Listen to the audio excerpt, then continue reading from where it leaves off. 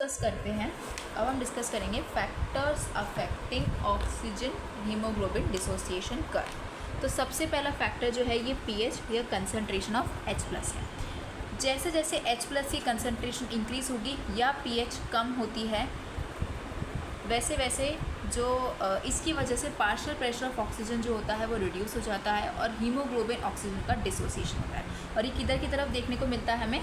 Tissue की तरफ। Partial pressure of CO2, देखो अब दो जगह होती है। पार्शियल प्रेशर ऑफ CO2 की बात करते हैं तो एक जगह होती है एल्वियोलाई में। एल्वियोलाई के वहाँ पे पार्शियल प्रेशर CO2 का कम होता है क्योंकि वो तो निकल जाती है एल्वियोलाई के नियर। तो वहाँ पर क्या होगा, पार्शियल प्रेशर CO2 का कम होता है, ऑक्सीजन का पार्शियल प्रेशर ज़्यादा होता है तो ऑक्सीजन हीमोग्लोबिन के साथ बाइंड करता है और वहाँ पर ऑक्सी हीमोग्लोबिन बनता है। जबकि टिश्यू के पास में CO2 प्रोड्यूस हो रहा है तो वहाँ पर CO2 का पार्शियल प्रेशर ज़्यादा होता है, ऑक्सीजन का पार्शियल प्रेशर कम होता है और ऑक्सीजन हीमोग्लोबिन डिसोसिएशन हो जाता है। तो टिश्यू के पास में CO2 का पार्शियल प्रेशर ज़्यादा होता है जिसकी वजह से पार्शियल प्रेशर ऑक्सीजन का कम हो जाता है, अगेन डिसोसिएशन हो जाता है।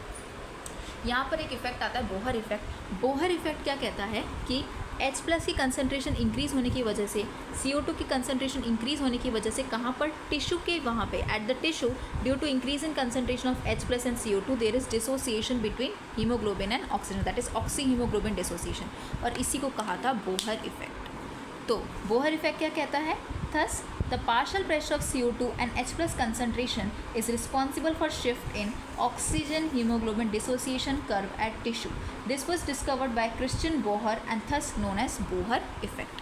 फिर आता है टेम्परेचर। टेम्परेचर ज़्यादा होगा तब भी पार्शियल प्रेशर ऑक्सीजन का रिड्यूस होता है, एफिनिटी हीमोग्लोबिन की ऑक्सीजन को लेके कम होती है, टिश्यू के नियर डिसोसिएशन हो जाता है। तो ये जो तीनों है ये आप इस तरीके का कर्व बनाएंगे। ये जो बीच का दिख रहा है ये नॉर्मल है, इधर की तरफ जब हुआ है तो ये है राइट शिफ्ट हुई है, और जब ये इधर की तरफ जाएगा तो ये लेफ़्ट शिफ्ट है। तो राइट शिफ्ट का मतलब क्या है? देखो हम सेम पॉइंट के लिए डिस्कस करेंगे इसके अंदर, ठीक है? सेम पॉइंट से देखना, अब सेम पॉइंट से देखना। ये मैं एक सेम पॉइंट बना रही हूँ। मान लेते हैं यहाँ पे पार्शियल प्रेशर ऑफ ऑक्सीजन जो है वो 70 है, ठीक है? जब 100 पार्शियल प्रेशर होता है तब तो कंप्लीट सैचुरेशन हो जाता है हीमोग्लोबिन का ऑक्सीजन के साथ। देखो यहाँ पे जब 70 पार्शियल प्रेशर था तो सैचुरेशन जो है वो इतनी आ रही थी, यहाँ पर सैचुरेशन इतनी आ रही है। अब इसको थोड़ा क्लीन करती हूँ एक मिनट। यहाँ पर सैचुरेशन इतनी आ रही है और यहाँ पर सैचुरेशन इतनी आ रही है। तो इससे हम क्या समझे कि सेम पार्शियल प्रेशर पर यहाँ पर पार्शियल प्रेशर ऑक्सीजन का सेम है, या फिर इससे कन्फ्यूज हो दूसरे तरीके से समझो। इस पॉइंट पे लो, मान लो मुझे हीमोग्लोबिन का इतना सैचुरेशन मिल रहा है तो यहाँ पे मुझे हीमोग्लोबिन का सैचुरेशन इतने ही पार्शियल प्रेशर पे मिल गया। यहाँ पर मुझे थोड़ा ज़्यादा पार्शियल प्रेशर लगा और यहाँ तो बहुत ही ज़्यादा पार्शियल प्रेशर लगा। भाई यहाँ कम पार्शियल प्रेशर चाहिए उतना ही सैचुरेशन के लिए, यहाँ ज़्यादा चाहिए उतने ही लिए। तो बात क्या है कि यहाँ पर ऑक्सीजन का पार्शियल प्रेशर जो है वो कम है तो आपको ज़्यादा करना पड़ रहा है, तब जाके हम उतनी पोजीशन भी अटेन कर पा रहे हैं, क्योंकि बाकी सारी गैसेस का पार्शियल प्रेशर जो है वो ऑक्सीजन से ज़्यादा है और यहाँ पर ऑक्सीजन का पार्शियल प्रेशर खुद ही इतना ज़्यादा है तो वो कम में ही हो गया। तो ये हो सकता है। तो ये हम टेम्परेचर के लिए भी, पीएच के लिए भी और CO2 के लिए भी ड्रॉ कर सकते हैं। ये कब होगा?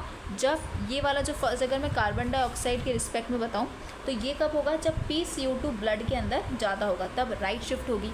जब पार्शियल प्रेशर CO2 का ब्लड में कम होगा तो लेफ़्ट शिफ्ट होगी। जब pH कम होगा तो राइट शिफ्ट होगी। जब pH ज़्यादा होगा तो लेफ़्ट शिफ्ट होगी। जब टेम्परेचर ज़्यादा होगा तो राइट शिफ्ट होगी, जब टेम्परेचर कम होगा तो लो शिफ्ट होगी। तो ये डायग्राम भी देख लो, this is the diagram CO2 के लिए, ठीक है? This is the diagram for pH। देखो 7.4 नॉर्मल pH है, ये ज़्यादा है, ये कम pH है, ये ज़्यादा pH है। एंड ये temperature 43 degree Celsius, 20 degree Celsius but 37 degree Celsius is the optimum temperature. And last आता है कुछ कंपाउंड्स, जैसे DPG अगर ज़्यादा होगा तो ऑक्सीजन हीमोग्लोबिन कर्व जो होता है वो राइट की तरफ शिफ्ट हो जाता है और डिसोसिएशन होती है।